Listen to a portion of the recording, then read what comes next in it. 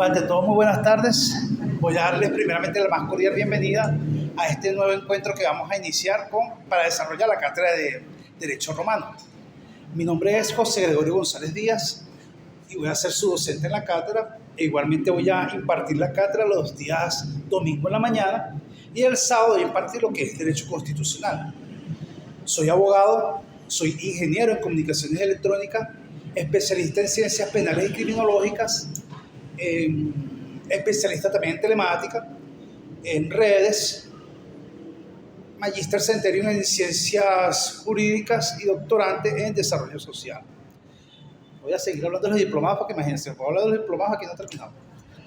Pero bien, como les decía, soy coronel del ejército, pasé a retiro el año pasado, el 5 de julio, por 33 años de servicio. Y nada, aquí vamos a compartir en estos espacios lo que refiere al derecho romano, que a familiarizarnos con el derecho romano, que es el ápice del derecho, realmente es la columna vertebral del derecho occidental y del derecho en Venezuela, eso lo vamos a entender, ¿ok? Si ustedes pueden ya apreciar en lo que es la plataforma, los que tienen acceso, ya yo estoy compartiendo información, ¿ok? Alusiva a la cátedra, ¿ok? Ya compartí 2 guías de estudios y una parte que me enganché, dije, vamos a hacer una dinámica, si el tiempo nos lo permite, sobre lo que es la aplicación de Justiniano y sus principios a lo que es el derecho actual, ¿ok? Que lo vamos a ver acá en la cátedra. Ustedes dirán, ¿quién es Justiniano? Ya nosotros vamos a hablar de Domicio Justiniano, yo con ustedes lo hablé, ¿verdad? Y el piano y esas cosas, que Domicio el piano. Ok, bien. También vamos a darnos un breve paseo hoy sobre todo lo que refiere al derecho romano, que realmente es una hermosura. Hay gente que piensa que el derecho romano es aburrido y no es así. En el momento mismo que tú hiciste un contrato, estamos invocando el derecho romano. En el momento mismo que tenemos un matrimonio, que tenemos una adopción, que tenemos una afiliación, estamos invocando el derecho romano, ¿okay? Porque esos son antecedentes del derecho romano, ¿okay? O sea, el derecho actual es un antecedente del derecho romano. Bueno, bien, ya yo me presenté. Si quisiera conocerlas, ¿ok? Ya yo conozco a un amigo, sin embargo, también lo invito a que se presente para que se conozcan ustedes y bueno, falta por llegar Grace. Al momento están inscritos únicamente 4 estudiantes, seguramente los sucesivos se irán inscribiendo otros, ¿sí? Entonces los escucho. Empezamos por ti. Hola, mi nombre es Bonimar Montero. ¿Sí te ves? Sí, Okay. sí me veo. Vengo de La Guaira. Wow, vives en La Guaira. Sí. Está bien, valoro tu esfuerzo. Me indicaste que trabajas en dónde? En una institución pública. ¿En cuál? En la policía. Ok, sí, yo tengo un estudiante pero yo no sé si él es de la policía de allá abajo o de aquí. Él se llama Romer Blanco. Él vio conmigo Derecho, Sociología Jurídica en intensivo. Ok, está bien, perfecto. Y estás empezando la carrera. ¿Esta es tu matriz? Ok, excelente, está bien, gracias. ¿Tú me dijiste tu nombre? Bonimar Montero. Bonimar, ok, Bonimar, gracias. ¿Te ves? Sí. Adelante. Buenas tardes, mi nombre es Valentina Castillo. Valentina, ¿qué tal, Valentina? Un gusto. Un gusto, soy de La Guaira. También. Bueno, sí, como habías dicho. Valoró sus esfuerzos. Ok, está bien. Gracias. Yo voy a entender. Estoy iniciando hoy también mi carrera de Derecho, la primera clase. Trabajo en un consultorio odontológico como administradora. Qué bien. Polifacética. ¿Y eso Sí, que te total. viniste a estudiar Derecho en lugar de estudiar Administración? Bueno, y antes estudiaba odontología. ¿Verdad? ¿Y qué pasó? ¿No seguiste la carrera? No, estudié 2 años y pues no era lo mío. Y ¿No bueno, te gustó? decidí ¿Tú la retirarme antes de que estudiaste? fuera acá, en la UCB. Qué bien, sí.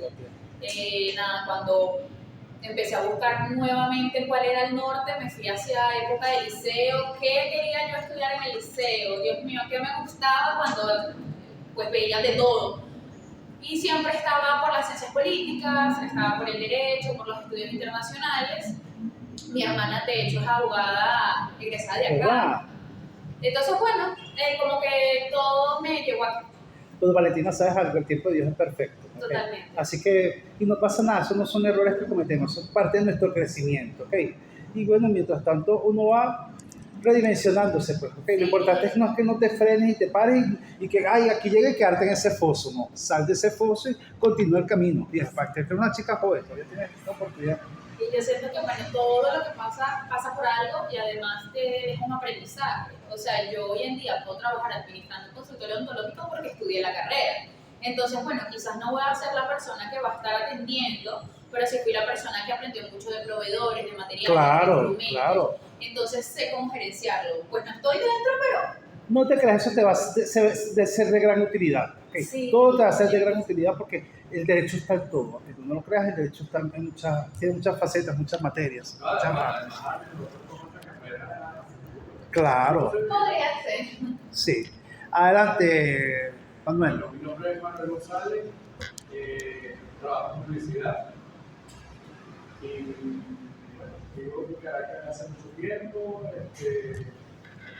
tengo 50 años.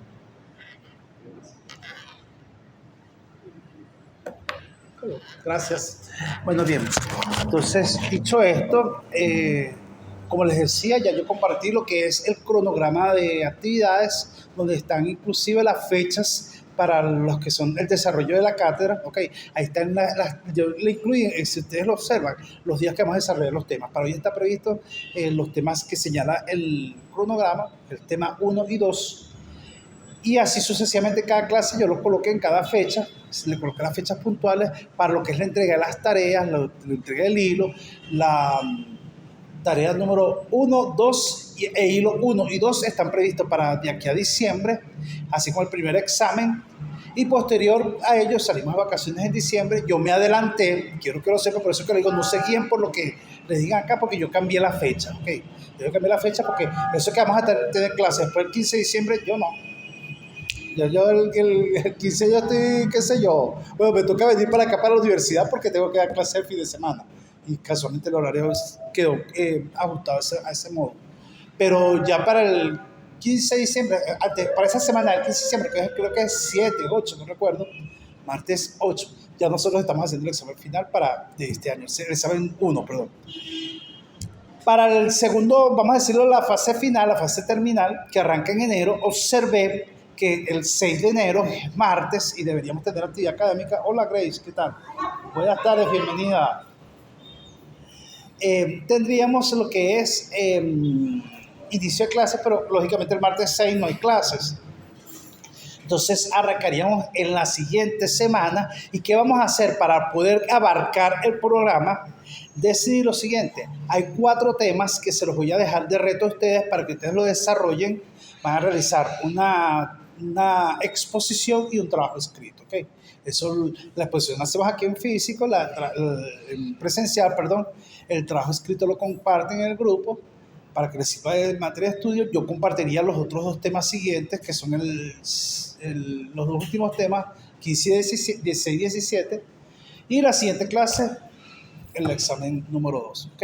Que correspondería entonces de los temas 8 al 17. 9 al 17 creo que es, perdón. Ok, dudas, preguntas, inquietudes. Grace, ¿cómo estuvieron tus vacaciones? Ay, Dios mío. No puedo con ella. Bueno, Grace, aquí te presento a mi amiga Valentina y a Bonimar, no se me olvida porque Bonimar. Okay. A Manuel te lo presento. Okay. Ella es Grace, ¿ok? Y acá vamos a compartir en este espacio un poco sobre lo que es el derecho. Bueno, vamos a imaginar un mundo físico donde, por decir algo, cae una manzana, ¿verdad? Ahí no hay ningún tipo de ley. Sencillamente cayó una manzana y bueno, cayó por gravedad, ¿verdad? Cayó por la ley de gravedad, vamos a verlo así, pues. Ok, es una ley de causalidad ciega. Pero imaginemos un escenario donde se presenta una disputa entre 2 granjeros, 2 personas, sí, vamos a verlo como 2 granjeros o 2 pastores, como llaman, pues, peleándose por una oveja. ¿Qué es lo que debe resolver ese caso? ¿Una ley física? No, ahí es donde actúa el derecho. ¿Sí? Ahí es donde actúa el derecho. Es donde el derecho se apersona, donde el derecho se acerca y va a adoptar lo que se va a regir para lograr una equidad o una solución asertiva a esa situación, ¿ok? Entonces, ahí entran, ¿qué cosa? Los valores, ya nosotros lo vimos, que son lo justo y lo injusto, ¿ok? Ya nosotros solo vimos cuando vimos introducción al derecho, ¿sí? ¿Se entiende eso más que claro? ¿Ok? Entonces el derecho es, en esencia, el conjunto. Yo les voy a dar este concepto, pero yo no quiero que este concepto sea el concepto que ustedes manejen. Yo quiero que ustedes desarrollen un concepto propio de derecho. ¿Ok? Ese es un reto que yo le pongo siempre a mis estudiantes. Yo en el examen les voy a regalar esa pregunta de examen. Les voy a decir, dame tu concepto de derecho. ¿Ok? Ya lo saben, ya es una pregunta obligatoria que voy a dar en el primer examen. Es una pregunta obligatoria. Y si se me olvida o se nos pasa, la escriben, no importa, yo le voy a dar puntuación a esa pregunta. ¿Ok? Así sea un punto. ¿Ok? Ojo, el concepto de derecho que usted va a formarse no es un concepto caletreado, no, ni aprendido, no, no. Es un concepto que te va a permitir a ti establecer y definir qué es lo que estamos haciendo aquí. Descubrirte como abogado, porque sabes que es bien mediocre que tú estés estudiando derecho y ni siquiera sepas qué es derecho. ¿Ok? Así sea, derecho para mí es este lado por el que yo me rijo. Ya yo de ahí empiezo a sacar mi denominación del derecho. ¿Sí me explico? Entonces yo quiero que ustedes desarrollen, tienen ese reto, su concepto de derecho. ¿Ok? ¿Sí me explico? Su concepto propio. ¿Cómo identifico yo el derecho? ¿Qué es para mí el derecho? Lógicamente vamos aquí a ver derecho romano, si es verdad, que eso lo vamos a complementar, pero yo necesito que ustedes me identifiquen que el derecho, más que ese conjunto de normas creadas por los hombres, ¿para qué cosa? Para regir sus relaciones en la sociedad, respaldadas ¿por quién? Por el poder público, con el fin de realizar el valor de la justicia y garantizar la paz social. Muy bien, ese es el concepto de derecho, pero yo quiero su concepto de derecho, ¿ok? Entonces, cuando ya entendemos entonces el concepto de derecho, que se los acabo de explicar, ese conjunto de normas que van a permitir, ¿qué cosa? Regir la conducta o el comportamiento de los humanos en la sociedad. Muy bien, excelente, ¿verdad? Y que son de carácter obligatoria, esas normas, ¿verdad? No son normas que yo las voy a poner porque si a Bodimar no le parece, yo no la voy a cumplir. Si a Valentina dice, no, yo no quiero responder esa pregunta, no, es obligatoria, ¿ok? Es coercitivo. ¿Me explico? Muy bien. El derecho romano, por su parte, es el sistema que rigió a Roma y sus territorios. ¿Ok? ¿Desde cuándo? Desde su fundación en el 753 a.C. hasta la muerte del emperador Justiniano. Por eso era que yo les hablaba hace rato de Justiniano, ¿se acuerdan? En el 565 después de Cristo. ¿Ok? Es decir, que existe mucho antes de Cristo, ¿sí? Cuando hablamos del derecho romano. Su evolución tomó bien, como señalan autores como Girard o como Cute, se divide en 3 periodos. Y acá tenemos ilustrado ya los 3 periodos. Yo me tomé la iniciativa de llegarme un poco más temprano y escribirle aquí los 3 periodos. Entonces tenemos primero el periodo antiguo, ¿ok? Ese periodo antiguo, que es hasta el siglo II antes de Cristo, es estricto, formalista y exclusivo para los ciudadanos romanos, ¿ok? Para los cives, vamos a identificarlo como los cives. Su fuente principal era la costumbre, ¿ok? Que está codificada en la ley de las 12 tablas. Y ahí tienen ilustradas las 12 tablas. ¿A qué se referían las 12 tablas? No estoy hablando de las tablas de los 10 mandamientos. Ok, ojo, no se me confunda. Estoy hablando del derecho romano. Ok. Y su caracterización correcta es que el derecho antiguo era estricto, formalista y exclusivo. Es decir, que cuando yo decía algo, esa palabra tenía poder. Esa palabra era ley. Porque como dije, rige la costumbre. El yo decirte a ti, sí, voy a darte a cambio de esta casa esto, ya la palabra bastaba. ¿Ok? Porque la palabra se hacía ley. Pero para entender el cómo y el por qué, debemos adentrarnos en el evento que marcó su transición en un derecho puramente consuetudinario y sacerdotal, porque también fue un derecho sacerdotal, a uno escrito y público. Aparece entonces, como le dije, las 12 tablas. ¿Ok? Hablemos un poco sobre ese derecho de ese entonces. ¿Ok? Hasta aproximadamente el 450 a.C., el derecho romano era un conjunto de costumbres, ¿ok? donde esas costumbres eran como unas ceremonias, ¿sabes? Era algo muy, muy, tengo un lapsus acá, un acto solemne, era una solemnidad, ¿ok? Donde se regía un ritual, ¿ok? Para poder regirse, para poder mantener el orden social, que es lo que le estoy señalando, ese conjunto de normas que no eran escritas, ¿ok? En su principio, y que eran controlados casi en exclusiva ¿por quién? Por los patricios, ¿ok? Y el colegio de los pontífices, ¿ok? Los patricios y el colegio de los pontífices. Los plebeyos que constituían la mayoría o la mayor parte del ejército y la población que era la parte productiva sufrían las arbitrariedades judiciales, ¿ok? Ya que desconocían lo que eran las normas y los intricados ritos o esas solemnidades que se regían, ¿ok? Eso, ellos no tenían esa atribución. De hecho, el derecho reconocía, como le dije, le daba una facultad a estas personas para poder regir esa normativa, pues. O sea, era como una exclusividad, o sea, era como una, vamos a decirlo así, pues, en el lenguaje actual, era una exclusividad mía que yo tenía derecho. Tú no podías tener derecho porque tú eras plebeyo, ¿ok? Tú no podías tener derecho porque tú eras una esclava, ¿ok? Y como tal, como esclava, eras considerada una cosa, en el sentido figurado, ¿se entiende, no? No estoy queriendo decir con esto que se el sentido figurado, por decir algo, Valentina era mi esclava y era una cosa, era un objeto. Y entiende como objeto que yo podía hacer esto, agarrarla y tirarla para allá. Y ella no tenía derecho a nada, me explico, porque era una cosa. ¿Sí me entienden eso? No, era un objeto, no tenía derecho a nada. Hablar, no, tú no tienes derecho a nada, tú eres mi esclavo, tú vas a hacer lo que yo quiera, y no me refiero nada más a las necesidades, me refiero a las necesidades fisiológicas, a lo que yo quisiera, a mi antojo. Eso era considerado el esclavo en aquel entonces, ¿ok? Porque no tenía derecho. El derecho era reconocido para mí, que él contaba con esa figura de civis, que se lo señalé ya. ¿Sí me explico, no? ¿Vamos bien hasta ahora?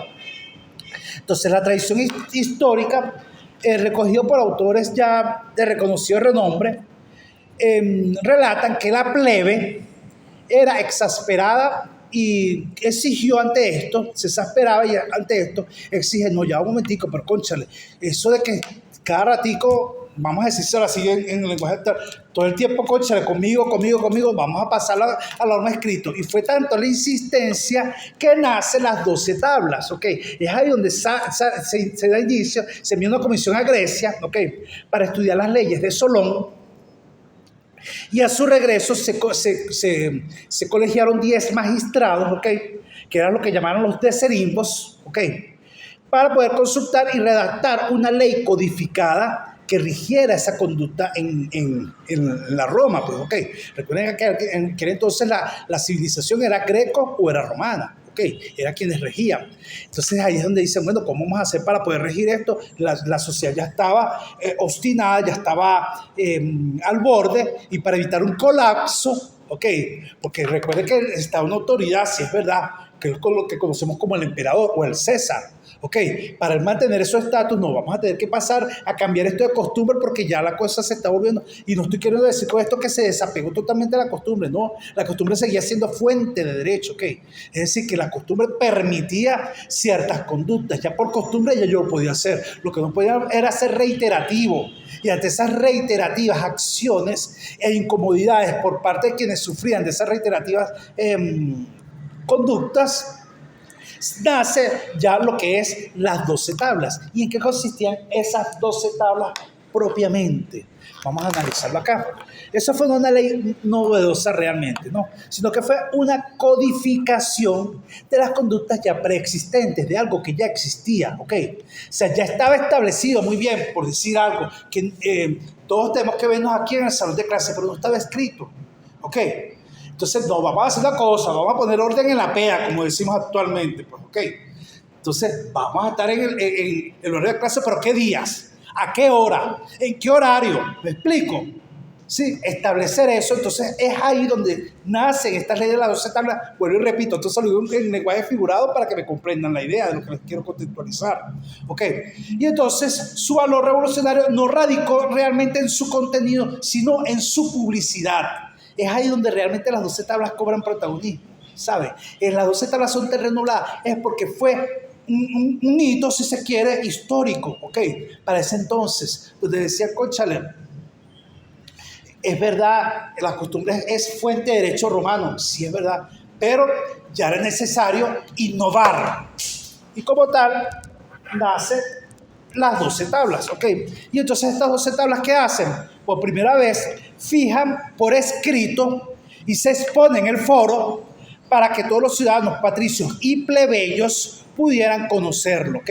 No fue nada más que quedó ahí, no, vamos a dar a conocer cómo, a qué hora nos vamos a ver en el salón de clases, ok, retromándolo ahorita, qué días, en qué horario, o sea, no que venga el metro, ok, fallaste en la ley, por decir algo, ok, sí. Sí me estoy explicando, o sea, no estoy aquí, pero es para que lo pueda comprender, ¿ok? Entonces, aunque el texto original se perdió, porque fue destruido en un saqueo de Roma, hay muchos que dan una explicación respecto a cómo ocurrieron, que si por los galos, que si con Alejandro Magno. Bueno, su contenido no ha llegado a través de citas y de referencias, ¿ok? De juristas que han escrito sobre eso. Entre ellos está Cicerón. No sé si han escuchado Cicerón. O sea, hay quienes han señalado cómo se regían en aquel entonces las 12 tablas y comentan que en su época los niños la memorizaban, ¿ok? Los niños memorizaban, era como un dialecto que ellos tenían que aprenderse, un dialecto, no, perdón, sí, un mandamiento, vamos a verlo así, un rezo que ellos tenían que aprenderse, pues. Un adoctrinamiento que existía para aquel entonces, y de ahí nacen también las instituciones como Ulpiano, ¿ok? Entonces, basándose en esa reconstrucción académica organizada por las 12 tablas, vemos, como les dije ahí, primero tenemos lo que es el derecho procesal, donde se establecían los procedimientos para los juicios, que eran sumamente formalistas, tenían una formalidad, una solemnidad, como yo les decía, pues, okay, era un acto demasiado solemne, okay. Consistía en la citación a juicio, que si el demandado se negaba a acudir, el demandante debía llevar a los testigos por la fuerza, ¿ok? Era una cuestión que era obligatoria, no, usted tiene que acudir. Y iba la población a buscarlo y lo llevaban, pues, ¿ok? Se cumplía con la formalidad. El procedimiento de las leyes acciones, no lo voy a mencionar mucho. Las deudas que están en la tabla 3, era muy severa, ¿ok? El deudor insolvente, que era conocido como el adictus, podía ser encadenado y tras 60 días ser vendido como esclavo. ¿Ok? Imagínense, de hecho que tú adquieras una deuda, si no cumplías con tu deuda, ok, eras encadenado y a los 60 días, si nadie pudiera hacer deuda, ya eras vendido como esclavo, ok, o sea, ya tenías un precio. Por eso es que también de ahí nace eso que dicen, toda persona tiene un precio. Okay. Hay quienes no lo conceptualizamos, ¿sabes? Hay quienes no lo creemos. Cada persona tiene un precio. Lo que pasa es que ese precio se cotiza conforme a tus necesidades. Ustedes conocen la pirámide de las necesidades de Maxwell. ¿Conocen las pirámides de las necesidades de Maxwell? Yo les invito a que indaguen un poquito sobre las pirámides de las necesidades. Que están las necesidades básicas. Eso es cultura general, ¿ok? Y bueno, cada quien, si tú en este momento, por decir algo, tienes tu empleo, no tienes ningún tipo de necesidad, tu precio se cotiza alto, pero si tú no tienes empleo, estás pasando trabajo, qué sé yo, no me estoy desvirtuando con esto, sino para que podamos comprender el antecedente histórico del derecho romano, ¿ok? Entonces, aquel entonces que imagínate, transportémonos a una sociedad, a un momento, un espacio, a un tiempo, donde tú no tenías derecho, Valentina no tenía derecho, puede ser que Valentina no una cosa, ¿ok? ¿Sí se acuerdan, verdad? Entonces, como tal, y Valentina es un ser humano, pues, pero no era visto ni siquiera como un ser humano, no era considerada persona, era una cosa, era un objeto. Entonces, por eso es que las personas, y ojo, no se trataba de color de piel, porque muchas veces creemos que por ser esclavo era negrito. Fíjense que pongo el ejemplo de Valentina, que puede haberlo puesto yo, o a Bonimar, que quizás es más morenita, pues, okay. No, era una cuestión de que si Valentina no cumplía con su deuda, Y ojo, y hablo de Valentina todavía, y la estoy enalteciendo, porque Valentina era mujer, ¿ok? Que era peor aún, ¿ok? El derecho a Valentina era muy mermado, era muy limitado, restringido. Pongamos bien, me voy entonces con Manuel, pues. Si Manuel no cumplía con su deuda, Manuel era encadenado, ¿ok? Y de ahí a los 60 días subastado como esclavo, ¿ok? Por el precio de lo que él debía. Y listo, ya pasa a ser esclavo de esta persona. Entonces imagínense las tramoyas que se armaban en aquel entonces, así como ocurre hoy día. Así como hoy día yo llego y te contacto a ti por teléfono para que me vendas unos dólares, si tú sabes que soy yo, y ya caíste en la trampa y te quedaste estafado por los 600, 100 dólares, qué sé yo. Bueno, se ocurría en aquel entonces. Ustedes no creen que meter en deuda a Manuel era un acto. Yo te voy a dar, Manuel, lo que tú necesitas. Yo lo que quería era que Manuel fuese mi esclavo. ¿Te explico? Vean cómo se manejaba el derecho en aquel entonces. Sí lo visualizan, ¿verdad? Ok. Incluso también podía ser ejecutado el esclavo, ¿ok? Puede ser ejecutado si varios acreedores no se ponían de acuerdo, ¿ok? Es decir, si por ejemplo, Manuel le debía a Valentina, a Bonimar, a Grace y a mí, y no llegábamos a un acuerdo, bueno, vamos a ejecutarlo y listo, se salda la deuda, ¿ok? Imagínense el valor de la persona en aquel entonces, ¿ok? Interesante lo de personas porque también se estudia en derecho para que vean la evolución del derecho y los orígenes del derecho. Y hoy día se habla de persona natural, que es traducción a persona humana, o de persona jurídica, que es traducido en una persona ficticia, pero que realmente es una asociación, una sociedad, una empresa, ¿ok? Porque en Roma se habló de eso. Por eso es que le digo, lo interesante del derecho romano. Nos han vendido esa mala imagen de que el derecho romano es aburrido. No, el derecho romano es el ápice del derecho y realmente es de donde nace, de donde emerge lo que hoy día nosotros vemos en nuestro día a día como abogados, pues. Y ustedes como legos, porque ustedes son legos, ¿ok? Ustedes son estudiantes del derecho, ¿saben, no? Y por eso que yo les reto a ustedes a que tengan su concepto de derecho. Yo quiero que ustedes poco a poco van, es más, ¿qué hacemos ante el examen?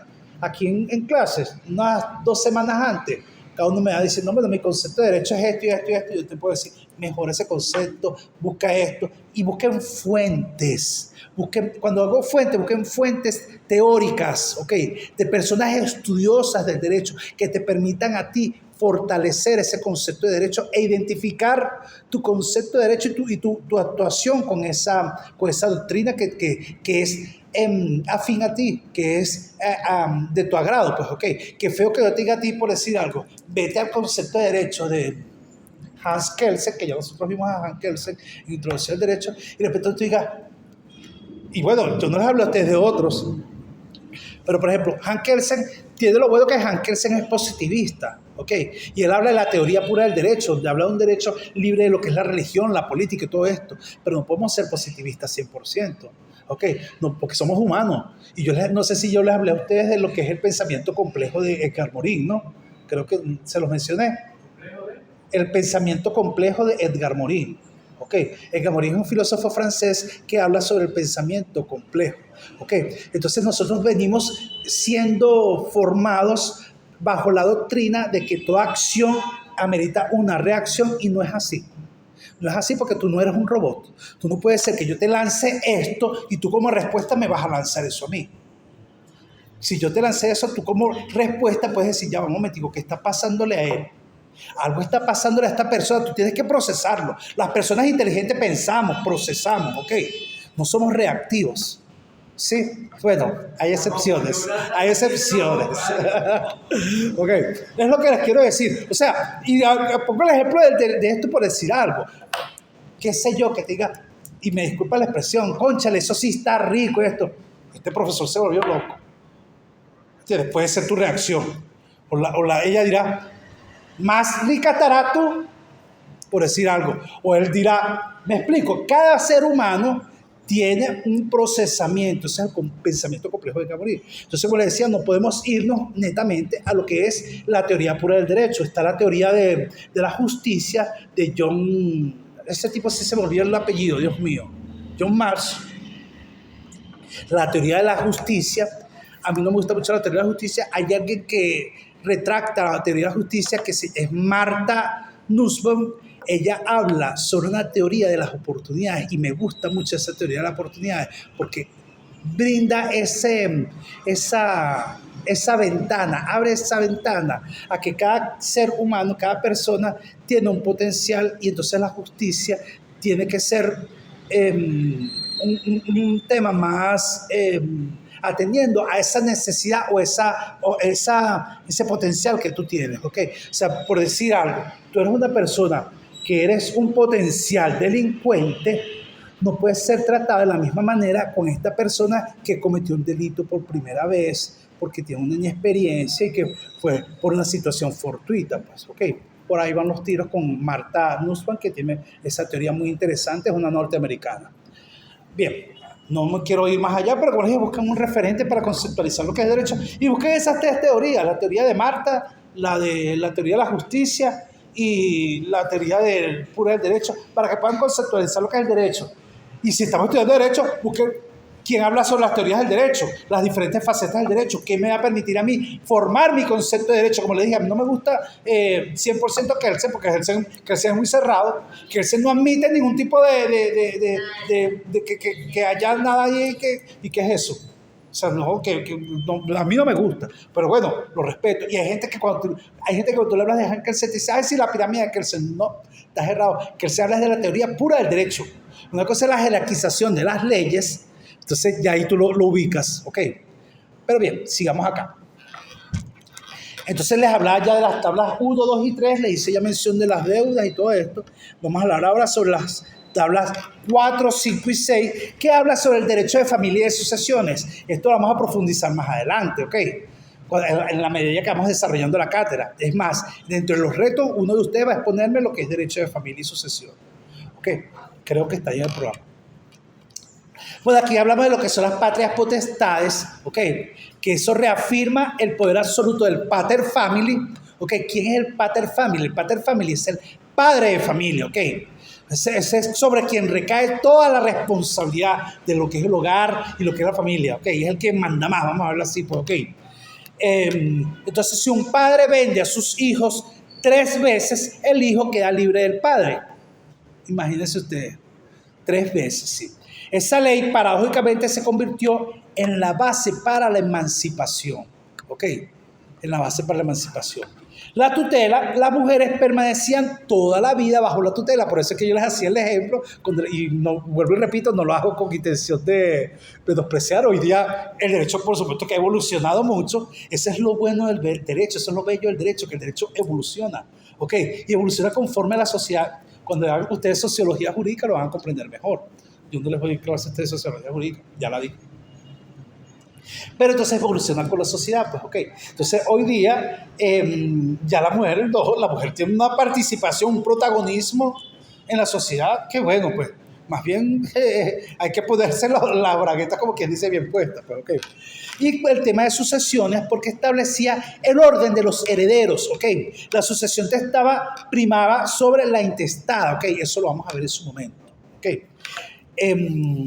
También tenemos las tablas 7, 8 y 9 que habla del derecho a propiedad y delitos, ¿ok? Y que regulaba los linderos, las servidumbres. Entendemos lo que son las servidumbres. ¿Ya vieron derecho civil? ¿No han visto derecho civil? Lo van a ver cuando lo vean. Los daños causados por los animales, ¿ok? Y las normas sobre los árboles que dañan la propiedad del vecino. Esos árboles que son sembrados, que vemos que la raíz... Aquí en Caracas, específicamente en el sector de... Por estar la Plaza Tiuna bajando, hay una casa donde hay un árbol. Y ese árbol creció de tal manera que el árbol se apropió de la casa. Esa señora tiene el árbol dentro de la casa. Yo en una oportunidad le dije, mira, vale, tú vas a tener que mandar. Yo voy a unas personas que yo conozco que viven en un edificio al frente y digo, mira, esto es increíble, ya la casa se te va a derrumbar. Tú tienes que mandar a talar ese árbol, ya eso es necesario. Sí, yo he pedido auxilio, que no sé qué, que esto... Realmente no sé si la habrán auxiliado. ¿Ah? Entonces está la Plaza Tiuna bajando, que está la cuestión de la bicicleta. ¿Ah? En Rosal, sí. Y esa casa dentro de la casa está el árbol está dentro, literal. O sea, el árbol, las ramas están en la ventana, salen de la ventana. No estoy exagerando.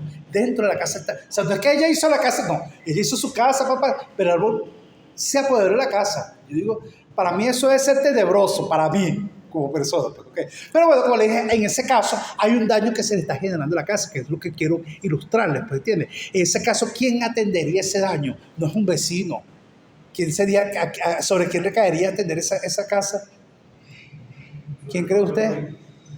No, sobre el Estado, exactamente, porque ya está recurriendo el Estado, porque acuérdate que hay una ley de ecología que te impide a ti talar árboles y todo esto. Pues, okay. Pero si está dentro de su tráfico de su propiedad. Pero igual ya no puede talar el árbol.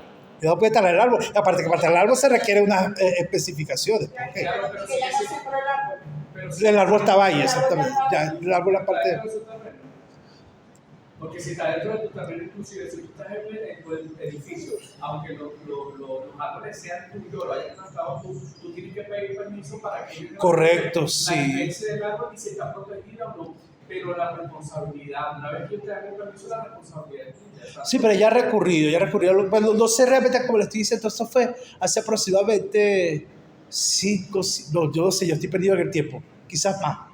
Pues ya estamos en el 2025, yo creo que casi 10 años que yo, pero no sé si, pero seguramente el árbol todavía está ahí. Lo que pasa es que quizás lo habrán podado, no lo sé, tendría que ir a visitar, tengo tiempo que no visito a esos amigos, pero el punto es ese, porque si ese árbol que cae sobre la rama de mi casa y cae el mango sobre la rama de mi casa, eso es un tema de derecho civil, ¿ok? Que ustedes lo van a ver, ¿ok? Si la rama, el árbol está sembrado en tu casa y aquí hay un muro y el racimo de plátano cae sobre mi casa, ahí hay un tema de obligaciones. Por eso que le digo, no se les ocurra tomar obligaciones intensivo, no. O ese perro que mordió a la persona, hay un tema de obligaciones. No se les ocurra tomar obligaciones en intensivo, no hagan eso. No, se vean proceso en su derecho y obligaciones lo hagan el día a día. Obligaciones es una materia muy tiene sus inquietudes, pues su profundidad. Ok, en esa también vemos lo que es el derecho penal, en la tabla 8, donde establecía el talión. ¿Han escuchado el talión, verdad? La ley del talión. ¿Cuál es esa ley del talión? Que si fracturas el miembro de alguien, entonces, y no se lleva un acuerdo con él, que haya talión. Es decir, diente por diente, ojo por ojo. ¿No era así? Ojo por ojo, diente por diente. Ok. Se establecía multa fija para lo que eran los menores. También tenemos el derecho público. Ya nosotros conocimos acá el derecho público, ¿se acuerdan? Que contenía principios fundamentales, y era aquí cuando le hablaba del tema de la casa, ahí participa lo que es el derecho público, porque es el Estado quien tiene que responder ante esto, ¿ok? Y ahí establece un principio de igualdad ante la ley, pero igualdad ¿para quién? Para los que tenían derecho, ¿ok? Acuérdense que el esclavo de Manuel no tiene derecho, ¿ok? Él es un esclavo, es una cosa. Los que tenemos derecho somos mi persona, que soy civis, o los que tengan civis. La plebe aquí tiene que aferrarse a lo que yo decida. ¿Sí me explico? Tiene sus limitaciones. Y bueno, finalmente tenemos las tablas 10, 11 y 12, que están las disposiciones varias y los complementos. ¿Ok? ¿Cómo rigió durante el periodo del derecho antiguo? Esa ley era fundamental de la República temprana y mantuvo la autoridad durante muchos siglos. ¿Ok? Esa ley rigió, esa ley permitió desplazar lo que era la costumbre, porque como les dije, no estoy diciendo con esto que no se cumplía con la costumbre. Sí, la costumbre era fuente de derecho, pero la ley ya era como la parte que te daba la forma como ibas a hacerlo, ¿okay? Y ya está escrito y ahí te establecía, por decir algo, que te voy a tirar el borrador, sí, pero tienes que tirarlo con la mano derecha. Si lo tiraste con la mano izquierda no vale, por decir algo, ¿ok? O sea, ya la ley te establecía esa costumbre, te señalaba cuáles eran los lineamientos, ¿ok? La base del ius civilis, ¿ok? Yo creo que en el programa está el ius civilis, se convirtió en lo que era el núcleo escrito del derecho civil quiritario. ¿Y por qué digo quiritario? El derecho quiritario era ese derecho que hablaba, los ciudadanos romanos que tenían derecho eran conocidos como quirites, como quiritenses, ¿ok? Quiritenses, por eso es que se habla del derecho quiritario, ese derecho exclusivo para esas personas que eran quiritenses, ¿ok? Y todas las interpretaciones desarrolladas en las nuevas leyes partían de ello como una referencia, ¿ok? como le dije, la rigidez y el formalismo era lo que prevalecía en aquel entonces y era lo que permisaba el cumplimiento de esa solemnidad y de ese acto donde yo iba a vender, donde yo iba a cambiar, donde iba a ser un esclavo. Sería necesario hacer el acto público donde se diese a conocer que en efecto el resultado por la discrepancia de los acreedores conllevó a que tengamos que entonces matar al deudor, porque aquí no llegamos a acuerdo. O sea, bueno, la decisión es vamos a matarlo, pues, ok. Porque les dije yo a ustedes, se me fue el término. No a matarlos, no. Ay, yo se los dije, bueno, se me fue el término, no importa. Pero es acabar con la vida de la persona, ok.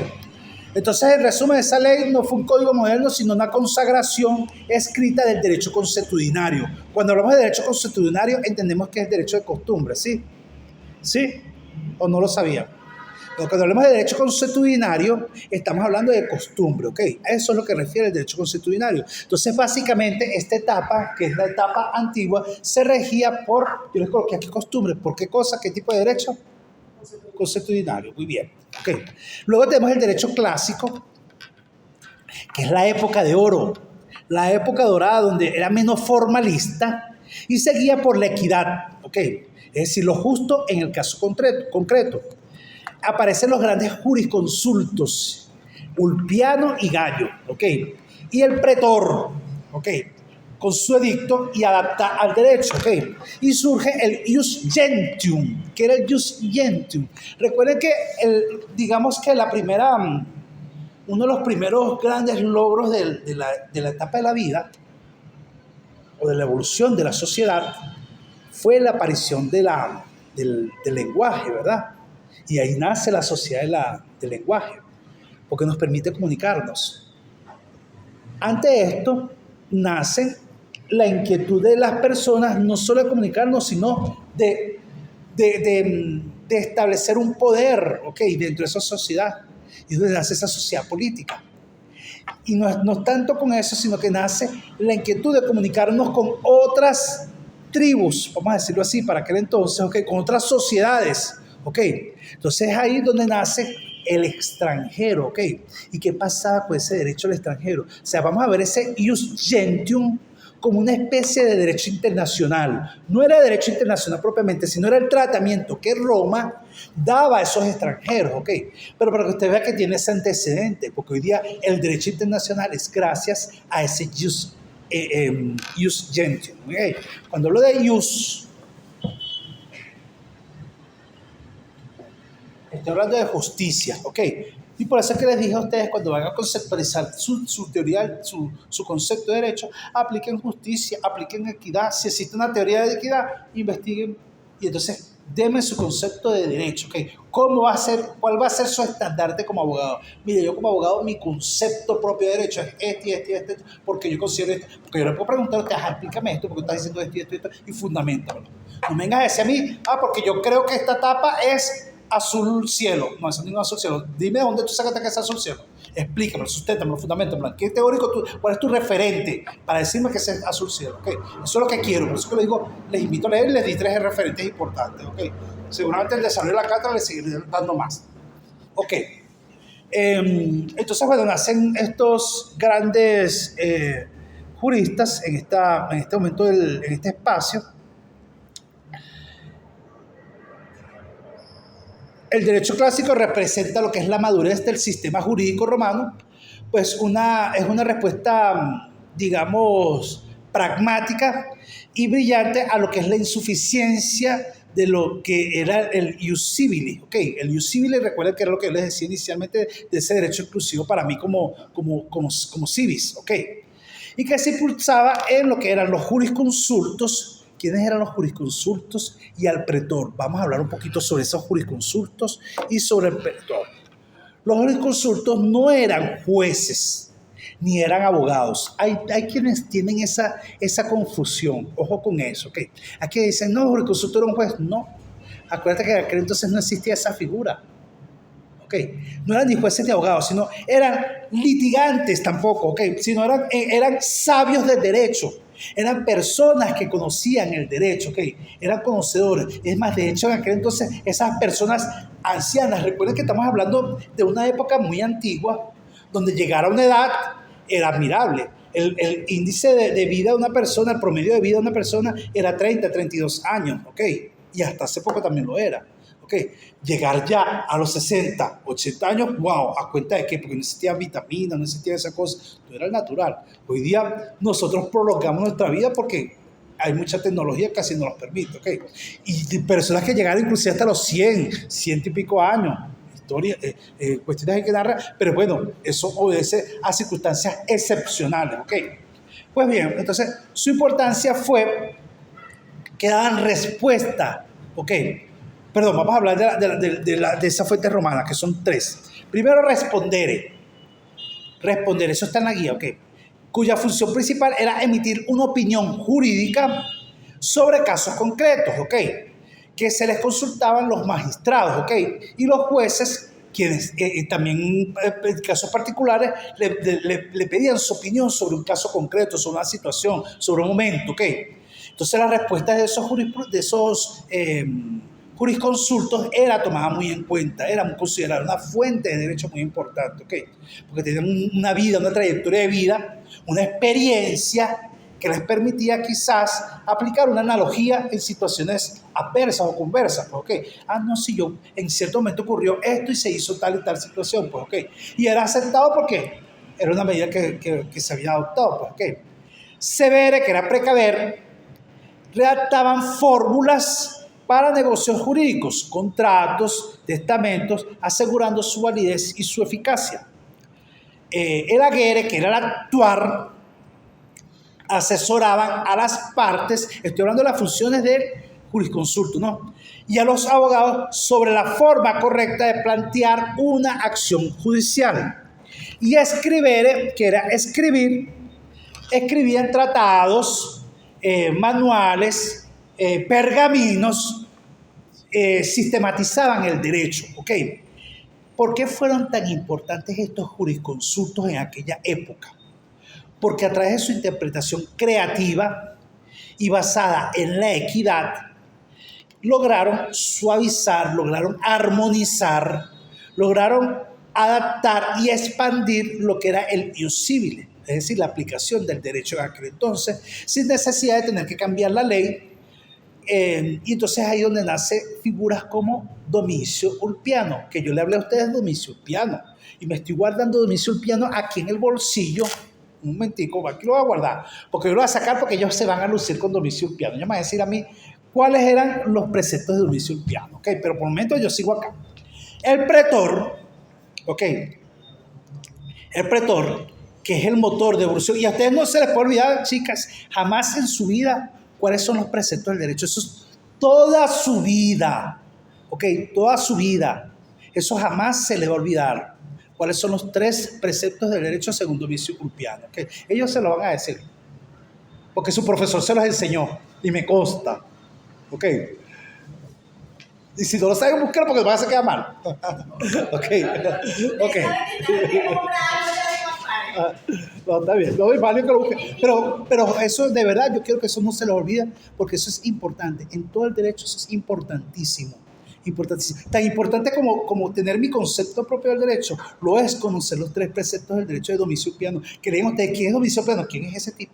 Investiguen quién es Domicio Ulpiano, porque en la siguiente clase me preguntan quién es Domicio Ulpiano. ¿Ok? A ustedes 2. Pero yo se los dije a ellos. ¿Ok? Entonces, el pretor era el magistrado cuya función original era la administración de la justicia, ¿ok?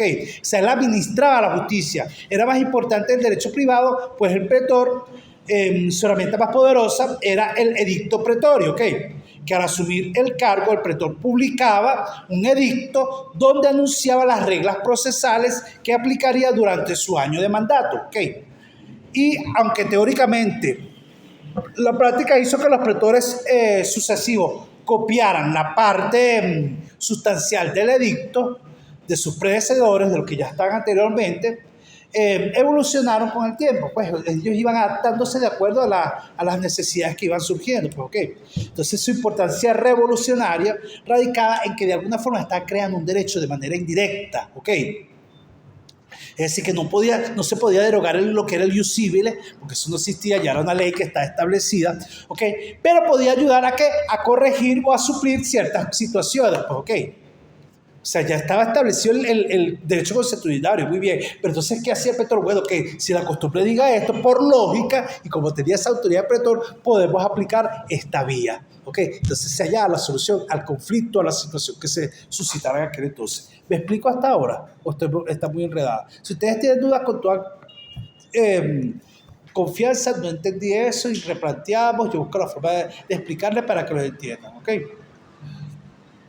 Los mecanismos concretos del ius civile no ofrecía una solución justa que el pretor podía conceder acciones, podía otorgar excepciones y podía crear funciones jurídicas. Esa es la ventaja del pretor. ¿Okay? Voy a ir resumiendo. Ustedes tienen la guía de todas formas disponible en el portal, ¿ok? Pero ir resumido por el tiempo. ¿Ok? Es más, vamos a hacer una cosa.